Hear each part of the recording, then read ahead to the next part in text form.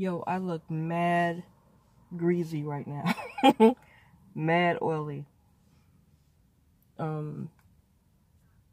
Arizona has darkened me up a little bit, and I love it, but I feel like it's messing with my skin. My skin's I was gonna say temperature, but it's messing with the way my skin looks, glossy and stuff like that. So, anyway, I just checked out a video from a brother who calls himself Angry Man TV on YouTube, and the video was about how dark-skinned women are saying that they are underrepresented in film, or basically just anywhere. I used to have a chip on my shoulder about my skin, my complexion, and things of that nature.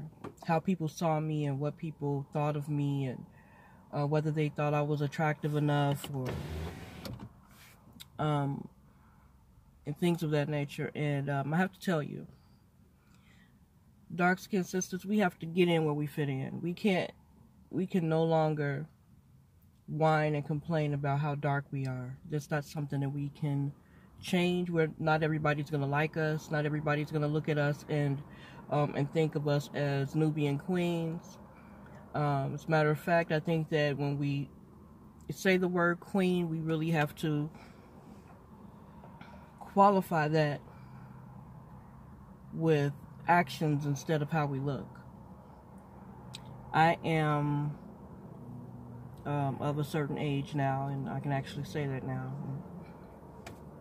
past 40, and I have come to the realization of a lot of things in my life, especially as it pertains to how I look.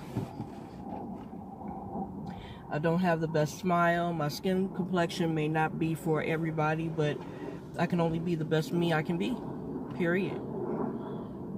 I can't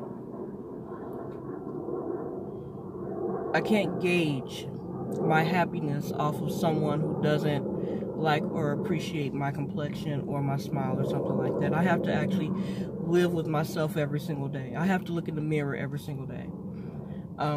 So it would behoove us black women to stop looking for validation when it comes to how we're seen physically by people. Nowadays, actually pretty much all my life, I've actually just pretty much gone on, you know, how I am, how I emote, how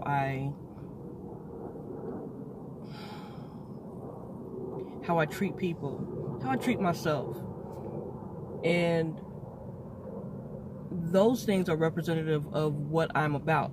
My skin color is a covering that I was born with. I can't help it. So those who don't think me attractive, or don't think that I'm attractive, it's okay. When I was about 30, maybe 29 years old, I had a really, and I was married at the time, I had a bad view of what I thought I looked like, period. I don't care whether it was my smile or my skin color. My hair texture, I am natural today. My hair is growing. But I used to have I really couldn't stand myself. I really hated myself. I hated myself more when I was younger.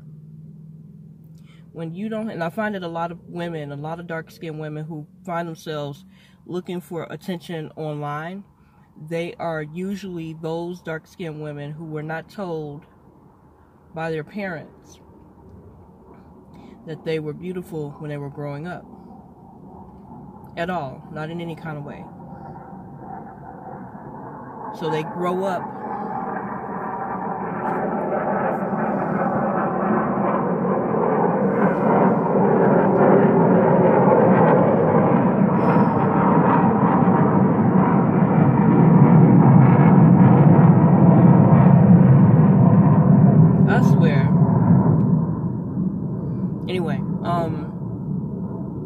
grow up feeling underappreciated and downtrodden, and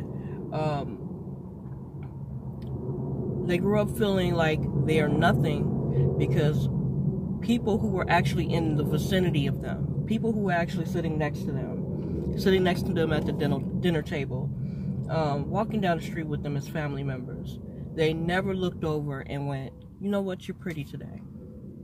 And again, I have to attribute that to our mothers. When your mother doesn't validate that you are worth something, I don't care if you're a boy or a girl. When a woman does not, or a mother does not validate that you are an important part of life and society and, you know, the household and things of that nature, and that you're a beautiful person, you kind of grow up with a skewed outlook on what it is that you feel like you're not bringing to the table. You wind up trying to fit into roles that you don't fit into. You're a square peg trying to fit into a round hole, and that does not work. That does not work at all. It makes absolutely no sense. Let me see something. Okay. I'm gonna have to turn these windows down again.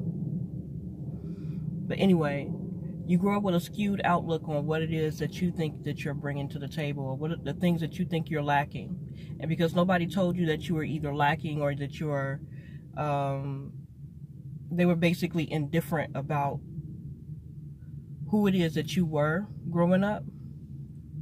Now you're walking around in this fog like, I'm not good enough because somebody's not telling me that I'm good enough as an adult. I'm telling you, experience is a good damn teacher. If you are sitting around feeling sorry for yourself because somebody's not complimenting your skin color, there's something wrong. There is. Now, I'm going to play devil's advocate.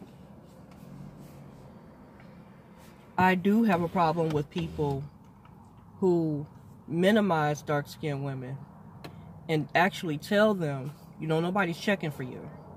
Nobody cares about you. You're ugly. If you're a pretty dark-skinned girl, or you're pretty for a dark-skinned girl, and things of that nature. I feel like those people should just be quiet, because that only adds to the insecurity that some dark-skinned women already have. I think that there are light-skinned girls who, actually I've been hearing more light-skinned girls going, well, I wish that I was darker and things of that nature. Some I believed some I didn't believe when I was younger, but now I'm like, I don't know, maybe they could have something there. Maybe they do or have felt that they would probably look better dark-skinned.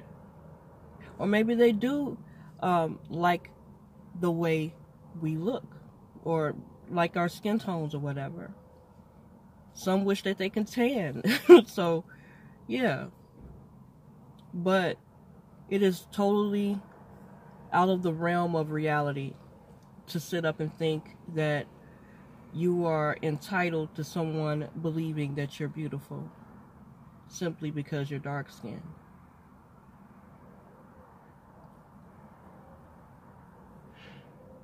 Now, with that said, some of us dark-skinned women have developed also kind of ass on your shoulder kind of attitude when it comes to seeing black men with white women.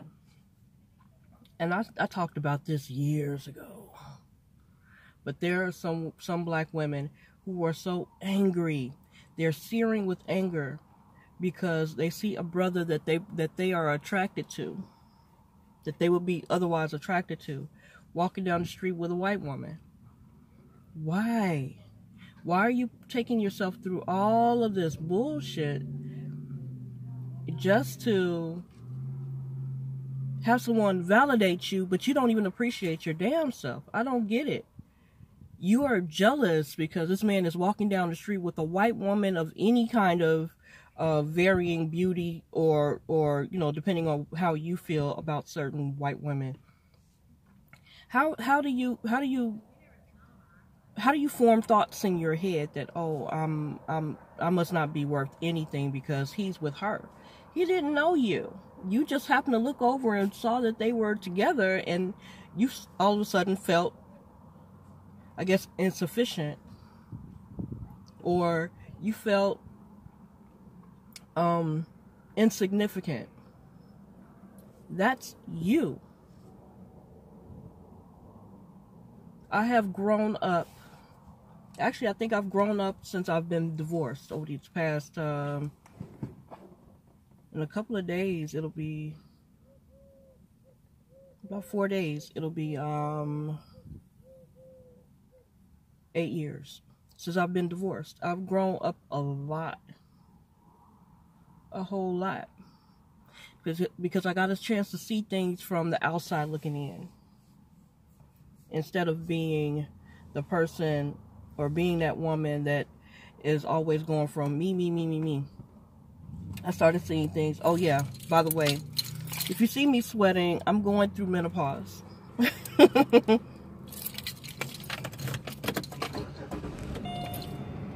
I am going through menopause, guys. That's another reason why I'm kind of oily.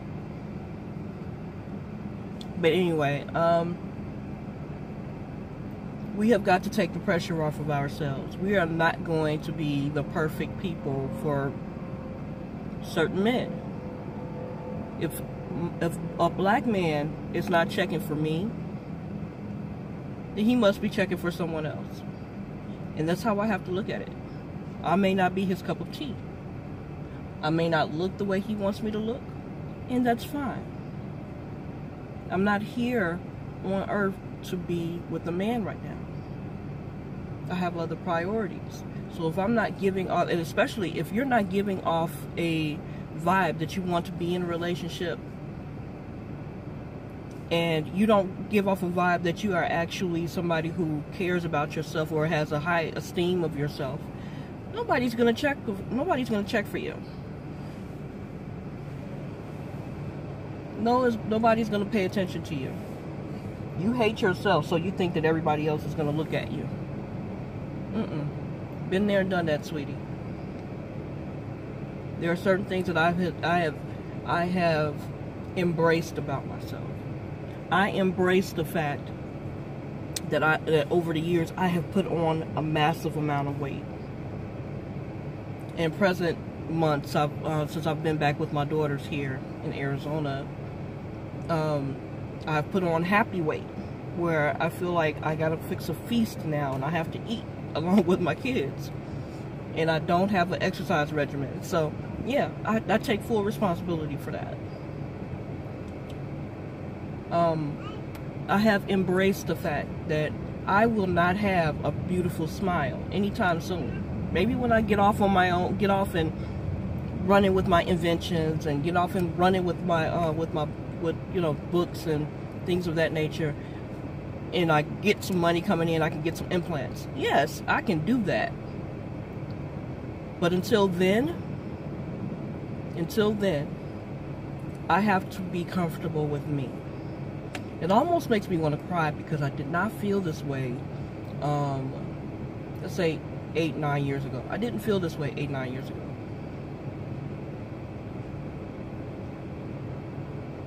No, even when I thought I was feeling this way, I really wasn't. I was questioning everything about myself. My ex-husband didn't, by the way, my ex-husband did not leave me for a white woman. This is basically about how I felt as a woman, period. I questioned everything. I questioned my hair texture. I questioned my skin color. And it's for the most simple reasons. The most simple, stupid reasons. Like, as dark-skinned women, And I've heard as light-skinned women that this happens also, but as a dark-skinned woman, when the seasons change, my skin changes. Like, I'm from Chicago, so in the summertime I'm like this, kind of glossy. But in the wintertime, I get ashy because the air is drier, it's colder, it's hard to keep moisture on you, and it's easy to see when you are ashy. So those little things actually amount to a big, gigantic problem with us seeing us, attempting to see ourselves only as physical beings.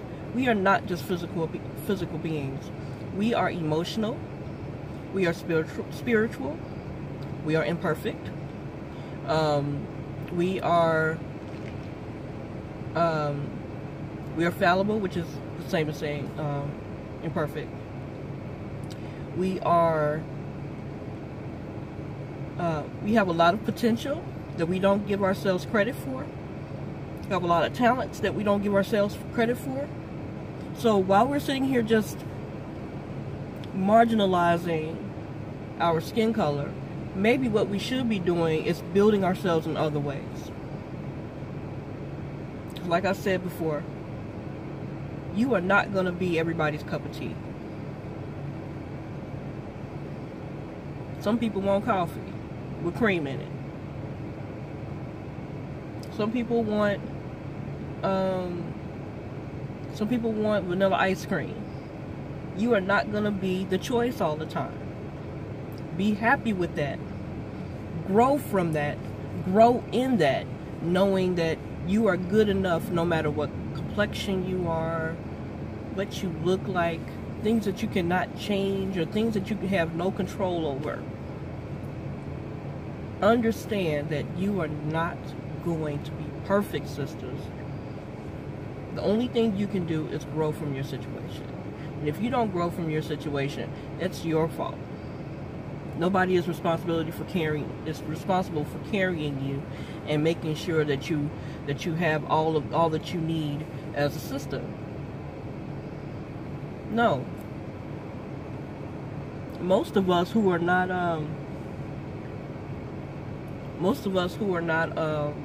twins and triplets and quads, we came into this world alone, and we're going to die alone. Why are we sitting up here worrying about how somebody sees us, how somebody we don't know sees us? Why? What's the point?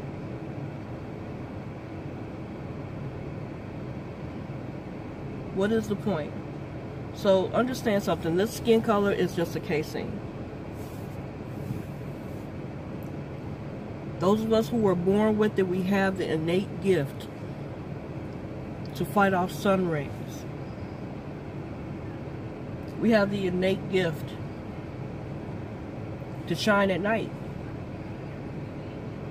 We have the innate gift to appreciate who we are, where we came from, and learn more about where we can go in the future. At this point, I don't care about anybody not liking me for my complexion, because my complexion does not define me.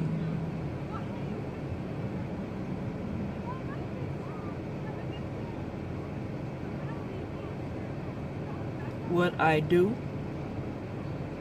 how I do it, who I influence, positively or negatively, who I lead, my daughters,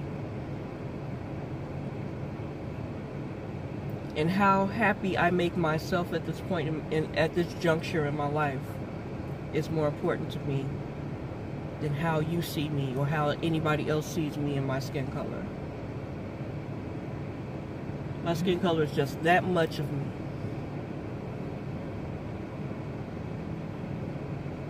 Alright, so that's my message. Shout out to Angry Man TV. I appreciate the message. I accept the message. And you're right. Not every dark-skinned woman is going to be beautiful. Not every light-skinned or white woman is going to be beautiful. The one thing that we have to understand is that we don't need validation.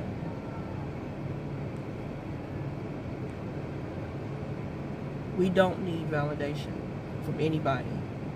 We have to validate ourselves. We have to, whatever is broken inside of us, we can't try to get somebody else to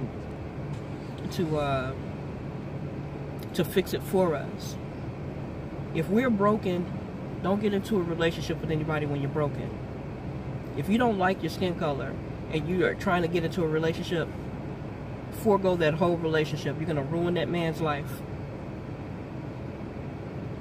So I'm sure all he wants to do is be with you and have fun and think about how your lives are going to be down the road. He is not thinking about your skin color. You know? And I say this as a woman who is not trying to date. So, that's it. Everybody have a good day. Like, share, and subscribe to my video. And please share this video. Somebody needs to hear it.